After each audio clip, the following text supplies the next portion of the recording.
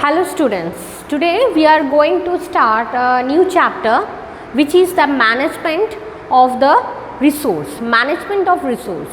By this word, first of all we have to know that what we mean about the word resource. Resource means source, resource means the energy for doing any work or having got the skills to do the job or having the money. So in other words we can say that resource may be defined as the thing which help to a person for doing a task which is given that person. Now for that reason resource are first classified into two categories. One is the human resource and the other is the non-human resource. Human resource, what we mean by the word human resource? The resource which in generally surrounded the human around us means it's known as the human resource. Means for an example, the knowledge, energy, time, skills, there are different types of the resource which I will go serially. Number one, first one is the knowledge. Why knowledge is known as the human resource? Means knowledge means the skills of the knowledge which we have, which you now as a students gathered by doing your study, is help us in our future for doing the higher studies and the doing the job.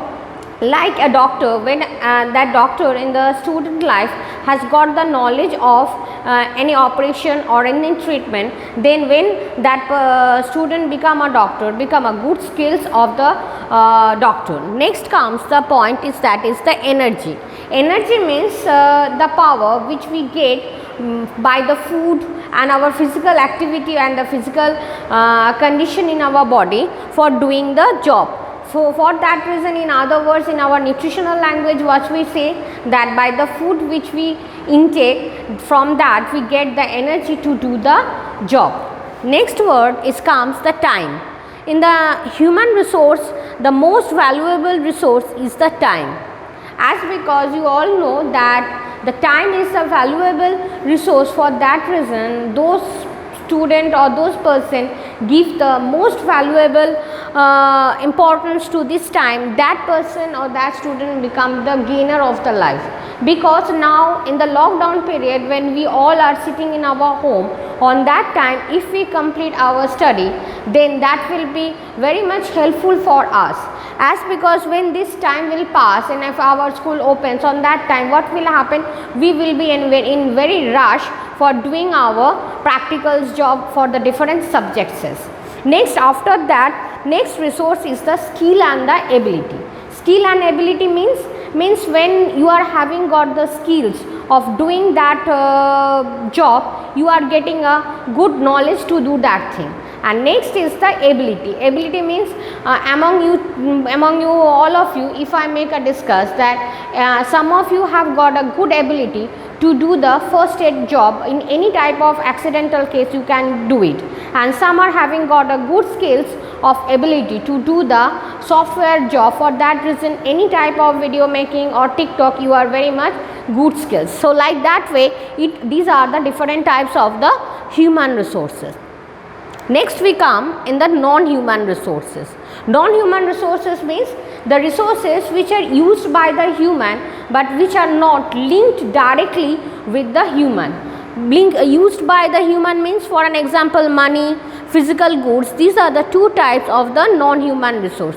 Money, you all know that we need the money for different types, means for eating the food, for purchasing everything. So money is giving a very importance nowadays, the valuable resource. But according to the resource management, if you just make the comparison, then time is more valuable than the money. By the money, when you want, you can purchase anything, but when the time will be passed, you cannot regain that time again. Clear?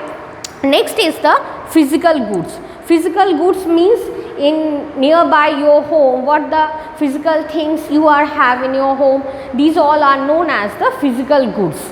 Next comes the characteristics of the resources. What we mean by the word characteristics of the resources. Till now we gone through the definition and the classification of the resource. So you have got a knowledge about the resource. Next, the important thing is that the characteristics of the resources, means what the characteristics the resources are having. Number one, first point is that the resources are limited. Why this word is called that resources are limited? As you know that every resources are now going in the limited condition. These limited are two types. One is known as the qualitative limit and the other is known as the quantitative limit. By the word qualitative, you can understand, means when we give the valuation or evaluate any resource according to the quality, that is known as the qualitative limit. Means for an example, you purchase two types of pulses.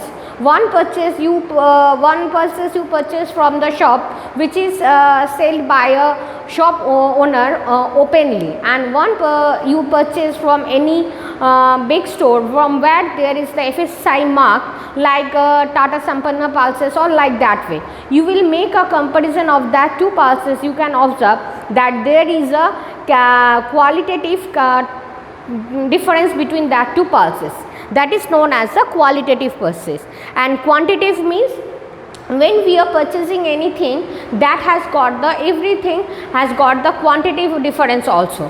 Means like same example if I just make, you will see that sometimes the shop owner, those who sell the products openly, they always make a weighing difference. For an example, you are purchasing 500 gram, they will give you 450 gram, like that way. You cannot assess that thing. But when you purchase it from any departmental store and that is FSSAI mark, there you will get always the quantity will be completely 100%. That means 500 means the 500. Next point comes the resources are very useful. Means we have to get a knowledge that how to use and utilize the resources according to the requirement. Means for an example, now you are having got the time. Now you have to use your knowledge and skills to utilize the time, that how can you utilize and you complete your study while staying in your home. Next comes the alternative. Why this is a very important factor for the resources? Means alternative, by the word you can understand that means one alternation of the other. In the resource management, why it is known that resources are alternative? Means for an example, now you can understand, if your now own life you see that when our school is not opened and government has not declared to open the school, in this time you are getting the alternative of the doing the classes through the online Google class, or you are having your lecture in your tutorial class from the Zoom. These are the alternative use.